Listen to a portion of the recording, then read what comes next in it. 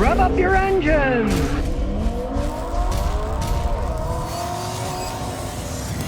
Soccer Lads 548 says, Scotty, the price of Toyota Camrys after 2010 by private sellers are almost the same as the ones at the dealership. Should I buy a used one at the dealership? Well, you're not going to get a guarantee either way, and the problem is that's the asking price by a private seller. The dealer generally won't come down on their asking price. A private seller will, and here's how you deal with a private seller. You say, look, you're asking the same price as a Toyota dealer. And they'll say, well, yeah, they're good cars. And say, okay, I want you to do what the Toyota dealer does. Sell me the car, but I'll pay you $220 a month for the next 5 years. Oh, no, they'll say, we want cash. Well, guess what? Cash is king. So if you got to pay cash for the car, it's worthless. It's just the way that it goes. I don't care what anybody says, any of these fantasy book values. If somebody's selling the car and they need money, they're not going to get what the dealer is charging for them. That's how the dealer makes money. You go to the dealer and buy a new car, they take your trade in. They pay you about half of what the car's worth, and then they turn and sell it for twice the price. You buy one cash, you're not going to get that if somebody's selling it. Nobody pays cash, that much cash. They'll finance it at a dealer. That's why the people buy it at the dealer at an inflated price. You can always get them from private cheaper, and if you can't, go somebody else. Those people are fools because they're not going to sell their car. People are smart enough to realize, hey, I'm paying cash. I'm not financing it. I'm going to pay less, and if they won't, then you go someplace else and look around. You're not going to get any better deal at a dealer. They've already bought those cars, probably at least half of what they're selling them for. So go private and just find a private person. Once you talk to them, you can haggle over the price. At the dealer, they won't. Oh, it's a Toyota. It's a great car. I bought my son a used Toyota from a private guy for $500. That same car with 50,000 miles more at a Toyota dealer, they wanted $7,000. So that'll tell you, you don't want to buy at a dealer. Philip Macy says, would you ever buy a car that's been LS swapped? Well, it depends who did the swapping.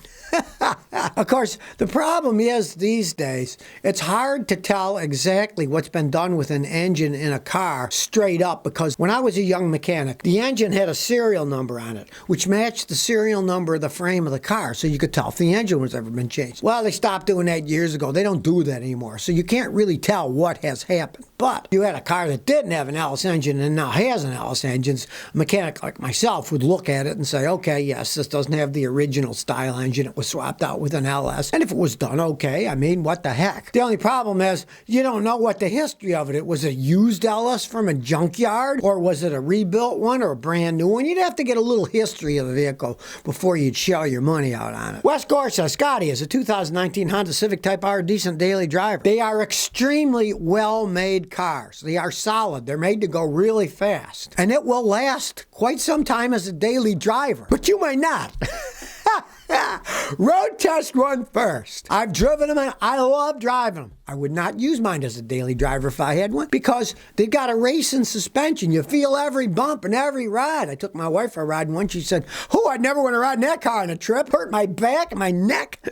Because it's a race car setup. If you don't mind bumpity bump bump, it'll hold up. They're really solid built cars. But most people, they're not going to like that. I have customers with them and it's their toy. And for their daily driver, they'll have like a regular Civic or a Toyota Corolla or something. They're not going to ruin their fancy race car driving it every day, and it doesn't ride that smooth. It's for racing around. They're seriously almost a full-blown race car, and they're not made for driving on the street. They're low clearance. You go over their speed bumps, you're going to be ripping all the plastic crap off them, so it will run, but you might not like riding it for everyday driving. You can get just a plain old Civic for that, maybe an SI. Claire Gazio says, Scotty, should I get a Jeep Renegade or a Honda HRV? All right, the Honda, hands down, and here's why. A Jeep Renegade has nothing to do with Jeep. It is a four-wheel drive Fiat 500. It's all Italian, and they're piles of junk. I've had customers with them, they just fall apart before you can even drive them 50, 60,000 miles. They're generally falling apart. They have all those big ads, Renegade, Renegade. It should be read in Italian on the advertisements because it's basically a Fiat 500. They're horrible vehicles. The Hondas, they're solid builds. They can last. They probably would last 20 times longer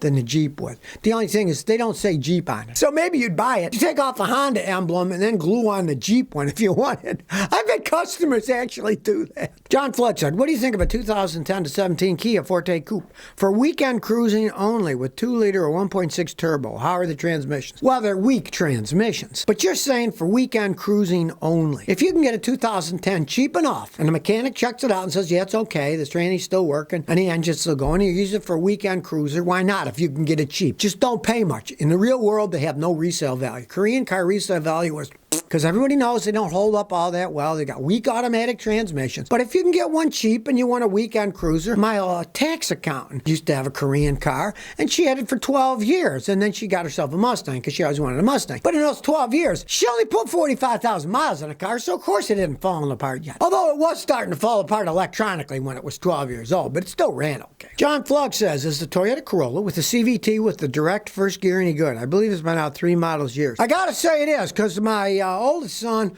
bought a Corolla with that launch gear. It's called launch gear. And he was amazed at how fast it was. He drives like a lunatic, and he was worried that a CVT would be a dog. It's not. And the other surprising thing is, he actually gets better gas mileage than it was rated for, as fast as he drives. So I gotta say, it's a pretty good transmission. I haven't seen any problems with it yet. It was a very smart idea. The main problem with the CVTs are they take off like dogs. So if you have an actual first gear and then it switches to the CVT, sounds like a brilliant idea, and I have yet to see any of them break on the Toyotas yet. So if they start breaking in 5 years, I'll change my tune, but I haven't seen any of them break yet. No, Hernandez to Scotty, why is transmission fluid coming out of the cap on my 2012 Chevy Malibu? All right. There's only 2 real reasons. One, if some idiot overfilled the fluid, as it expands, it'll shoot out. So have the level checked. It might be overfilled. But let's say it's completely full and not overfilled. That would mean that you have a problem that's making it overheat and expand too much. Now, sometimes it's as simple as all automatic transmissions. They have a little bitty vent valve. If that vent valve sticks, it won't vent, and then it'll push the fluid out of the cap.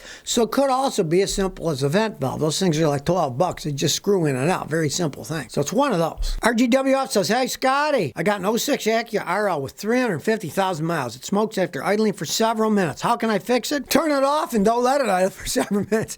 Here's what's happening. I can guarantee you what's wrong with that kind of mileage. Your valve seals are starting to go. Valves, the intake valves, have rubber seals to keep oil from getting sucked in. With that mileage, those seals are worn. And when you idle for too long, the oil that's up in the engine leaks in through the seals and it smokes. Now, when you're going at higher speeds, the oil doesn't build up. The engine's pumping so fast, it blows better. But when it's just idling, it builds up and then it gets over the rotten seals and smokes, and that's why. If you wanted to actually fix it, you would have to rebuild the engine, which is more money than that car's worth with that V6 engine and 24 valves. It'd be a fortune rebuilding it. So just live with it, basically. Not gonna hurt anything. Jeep Chronicles says, Scotty, what do you think of a 2012 FJ Cruiser with 121K for 20K? Well, I'm cheap and I wouldn't pay 20 grand, but the resale values of those things are going up, and from my knowledge, they'll probably never make them again because of the lower gas mileage rating. So Toyota wants to get their fleet mileage up, and so they'll probably never make them again. And they're becoming highly collectible. If it's in immaculate shape with 121K, all clean, no smashes, go ahead and buy it, because the prices keep going up and you never know what they'll eventually be worth. As they were well made and they didn't have any particular problems, it's just that they got worse gas mileage than the other Toyotas and they decided not to make them anymore. And they will probably come up in value. And Kip Nazar says, Scotty, I bought an 03 Impala. It's only got 111,000 kilometers. Says like, what, 60,000 miles. Want to keep this car to last long. Any tips? Yeah, don't drive it much. It's a Chevy Impala. You know, they're not making them anymore. They had so many problems. Now, that's low mileage. So change your oil a lot. Change the transmission fluid and filter every 30,000 miles. And baby it. I'm assuming you're in Canada because you said kilometers. So just baby the thing. If you baby it, you never know. They can last a while. They generally tend to fall apart when they get over 100,000 miles, so you can get some life out of it, but baby it. Change the oil a lot. Change the transmission fluid and filter every 30,000 miles. That's basically what you want to do. And then pray a lot. That won't hurt. James Self says, Scotty, what's your opinion of salvage vehicles?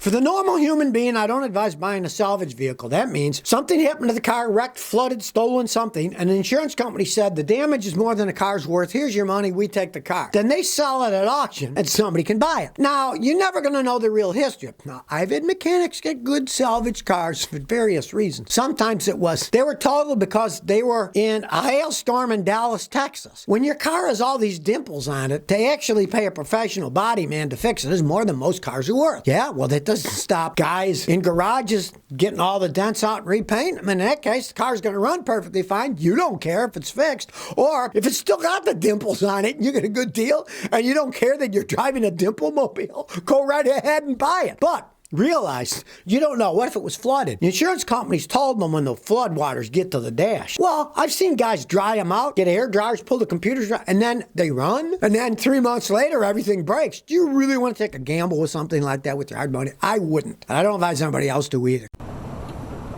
So if you never want to miss another one of my new car repair videos, remember to ring that bell.